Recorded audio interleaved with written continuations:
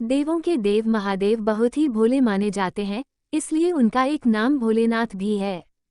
पौराणिक मान्यतानुसार भगवान शंकर को प्रसन्न करने के लिए किसी भी तरह के खास विशेष पूजन की आवश्यकता नहीं होती, क्योंकि कहा जाता है कि वह तो भोले हैं और भक्त की मन से की गई क्षणिक मात्र की भक्ति से ही वह प्रसन्न हो जाते हैं। अगर आप भी शिव की भक्ति और कृपा पाने के लिए सावन के सोमवार का व्रत करते हैं तो इस कथा से भोलेनाथ को प्रसन्न कर सकते हैं। एक बार किसी एक नगर में एक साहूकार था। उसके घर में धन की कोई कमी नहीं थी, लेकिन कोई संतान न होने के कारण वह बहुत दुखी था। संतान प्राप्ति के लिए वह हर सोमवार को व्रत रखता था और पूरी श्रद्धा के साथ शिव मंदिर जाकर भगवान शिव और माता पार्वती की पूजा करता था। उसकी भक्ति देखकर एक दिन मां पार्वती प्रसन्न होकर भगवान शिव से साहूकार की मनोकामना पूर्ण करने का निवेदन किया। पार्वती जी के आग्रह पर भगवान शिव ने कहा कि हे पार्वती, इस संसार में हर प्राणी को उसके कर्मों का फल मिलता है और जिसके भाग्य में जो हो उसे भोगना ही पड़ता है। लेकिन पार्वती जी ने साहूकार की भक्ति देखकर उसकी मनोकामना पूर्ण करने की इच्छा व्यक्त की। माता पार्वती के आग्रह पर शिवजी ने साहूकार को पुत्र प्राप्ति का वरदान तो दिया, लेकिन उन्होंने बताया कि यह बालक 12 वर्ष तक ही जीवित रहेगा। माता पार्वती और भगवान शिव की बातचीत को साहूकार सुन रहा था, इसलिए उसे ना तो इस बात की खुशी थी और ना ही दुख। वह पहले की भांति शिवजी की पूजा करता रहा। कुछ समय के बाद साहूकार की पत्नी ने एक पुत्र को जन्म दिया।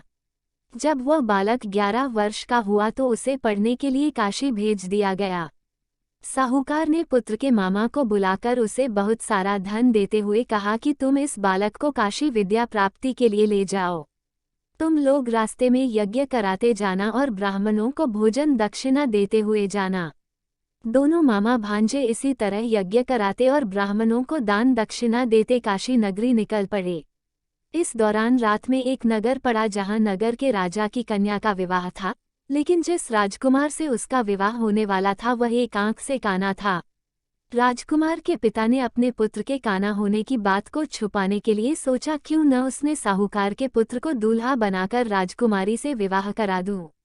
विवाह के बाद इसको धन देकर विदा कर दूंगा और राजकुमारी को अपने नगर ले जाऊंगा। लड़के को दूल्हे के वस्त्र पहनाकर राजकुमारी से विवाह करा दिया गया। साहूकार का पुत्र ईमानदार था, उसे यह बात सही नहीं लगी, इसलिए उसने अवसर पाकर राजकुमारी के दुपट्टे पर लिखा कि तुम्हारा विवाह तो मेरे साथ हुआ है, लेकिन जिस राजकुमार के संग तुम्हें भेजा जाएगा वह एक आंख से काना है। मैं तो काशी पढ़ने जा रहा हूँ। जब राजकुमारी ने चुन्नी पर लिखी बातें पढ़ी तो उसने अपने माता पिता को ये बात बताई। राजा ने अपनी पुत्री को विदा नहीं किया, फिर बारात वापस चली गई। दूसरी ओर साहूकार का लड़का और उसका मामा काशी पहुंचे और वहां जाकर उन्होंने यज्ञ किया। जिस दिन लड़का 12 साल का हुआ उस दिन भी यज्ञ का आयोजन था। लड़के ने अपने मामा से कहा कि मेरी तबीयत कुछ ठीक नहीं है। मामा ने कहा कि तुम अंदर जाकर आराम कर लो। शिवजी के वरदानुसार कुछ ही देर में उस बालक के प्राण निकल गए। मृत भांजे को देख उसके मामा ने विलाप करना शुरू किया। संयोगवश उसी समय शिवजी और माता पार्वती उधर से जा रहे थे। पार्वती माता ने भोलेनाथ से कहा, स्वामी, मुझे इसके रोने के स्वर सहन नहीं हो रहा, आप इस व्यक्ति के कष्ट को अवश्य दूर करें। जब शिवजी मृत बालक के समीप गए तो वह बोले कि यह उसी साहूकार का पुत्र है जिसे मैंने 12 वर्ष की आयु का वरदान दिया था।